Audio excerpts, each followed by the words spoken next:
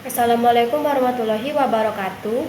Saya Ali Deska dari kelompok 3 dan kelompok kami akan mereview film 13 Days.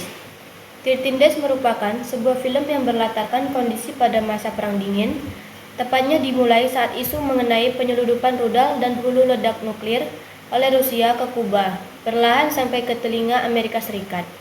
Pada bulan Oktober 1962, ini lebih dikenal sebagai The Cuban Missile Crisis. Presiden Kennedy merupakan foto yang diambil oleh satelit-satelit mata-mata Amerika Serikat. Di dalam foto itu tergambar bahwa adanya aktivitas pengangkutan benda berbentuk roket yang sedang dalam perjalanan ke Kuba. Amerika memastikan bahwa senjata itu adalah senjata misil balistik berhulu ledak nuklir terbaru buatan Uni Soviet dengan tipe SS-20.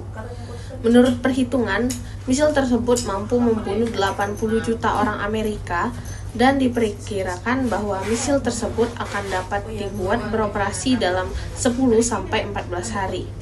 Untuk menghadapi ancaman ini, Presiden Kennedy mulai membuat komite eksekutif khusus yang terdiri dari pejabat pemerintah senior. Presiden Kennedy yang telah membuat perjanjian pertemuan dengan Duta Besar Uni Soviet pun memanfaatkan pertemuan ini untuk memastikan keberadaan misil-misil tersebut. Sayangnya, pertemuan antara Kennedy dengan Duta Besar Dobrinin ini tidak menimbulkan kesepakatan yang pasti. Kennedy mengatakan bahwa posisi misil di Kuba ini dapat mengancam keamanan nasional Amerika Serikat. Namun, Dubes Dobrinin mengatakan bahwa peletakan rudal itu bukan bermaksud untuk menyerang, tapi dalam posisi defensif atau bertahan sesuai pernyataan pimpinannya pada tanggal 13 September, yakni PM Nikita Khrushchev. Namun, Presiden Kennedy dan Sekretaris Ken O'Donnell menyadari bahwa Dubes Dobrinin berbohong kepada mereka karena mereka melihat dokumen misil yang berada dalam tas Dubes Dobrinin. Menyadari hal tersebut, mereka pun kembali mengadakan pertemuan untuk menanggapi masalah ini. Rapat khusus ini berhasil memutuskan beberapa sikap Amerika Serikat terhadap Uni Soviet yang mungkin mereka ambil. Beberapa opsi tersebut antara lain, opsi pertama adalah melalui jalur diplomasi untuk meminta mereka memindahkan misil-misil mereka dari Kuba, namun banyak anggota Excom yang sanksi dengan opsi ini. Opsi kedua adalah dengan meminta Uni Soviet memindahkan misilnya dengan cara paksa melalui serangan udara dengan resiko mendapat kecaman dari dunia internasional. Opsi terakhir adalah dengan melakukan blokade. Karena ketiga opsi inilah, Excom pun berubah menjadi dua kubu, yaitu kubu Kennedy dan kubu militer. Kubu militer percaya bahwa jalan terbaik adalah melalui serangan udara. Namun, menurut mereka, lebih baik bila Amerika Serikat menyerang terlebih dahulu dibanding apabila mereka diserang Uni Soviet terlebih dahulu. Mereka berencana untuk menjatuhkan Fidel Castro agar Amerika benar-benar aman dan Uni Soviet kehilangan salah satu sekutunya. Sebaliknya, kubu Kennedy percaya bahwa jalan terbaik adalah melalui blokade. Hal ini memang terlihat lemah dan memerlukan waktu.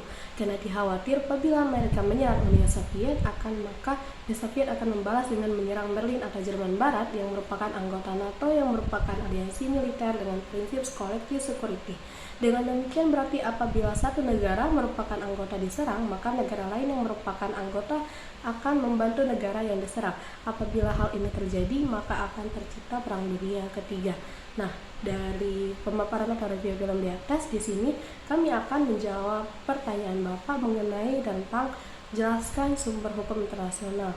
Nah, sebelumnya apa sih sumber hukum internasional itu? Sumber hukum internasional adalah asal di mana norma-norma hukum internasional itu ditemukan atau berasal gitu. Nah, kemudian sumber hukum internasional ini digunakan sebagai asas-asas hukum kayak untuk mengatur hubungan internasional antara negara dan negara yang lainnya. Kemudian adapun sumber hukum internasional ini ada 5. Yang pertama itu ada perjanjian internasional atau treaties. Yang kedua ada custom internasional atau customary international law. Yang ketiga itu ada asas hukum umum atau general principle of law. Yang keempat itu ada keputusan organisasi internasional dan pengadilan internasional, dan yang terakhir itu ada doktrin hukum internasional. Michael di sini akan menjelaskan satu persatu apa saja pengertian dari sumber-sumber hukum internasional tersebut. Yang pertama itu pada perjanjian internasional atau treaties. Nah, perjanjian internasional atau treaties ini merupakan kesepakatan tertulis, ada hitam di atas putihnya, antara dua atau lebih subjek hukum internasional, biasanya kesepakatan antara satu negara dengan negara lainnya. Nah, perjanjian ini dapat memiliki nama sebagai traktat, konvensi, ataupun piagam. Kemudian yang kedua ada custom internasional atau customary international law. Nah, customary international law ini apa sih? Custom internasional ini ialah praktik umum yang biasanya yang diterima sebagai hukum oleh masyarakat internasional, yang dimana untuk mengakui custom ini itu suatu praktik itu harus diikuti oleh beberapa negara dahulu sebelum melakukan custom ini tadi. Yang ketiga itu ada asas hukum umum atau general principle of law. Nah, yang dimana asas hukum umum ini dianggap sebagai sumber hukum internasional, yang dimana prinsip-prinsip ini itu yang merupakan asas hukum umum tadi. Yang keempat itu adalah keputusan organisasi internasional dan pengadilan internasional, yang dimana dapat berupa seperti mahkamah internasional, itu juga merupakan sumber hukum internasional tadi. Yang kelima itu ada doktrin hukum internasional.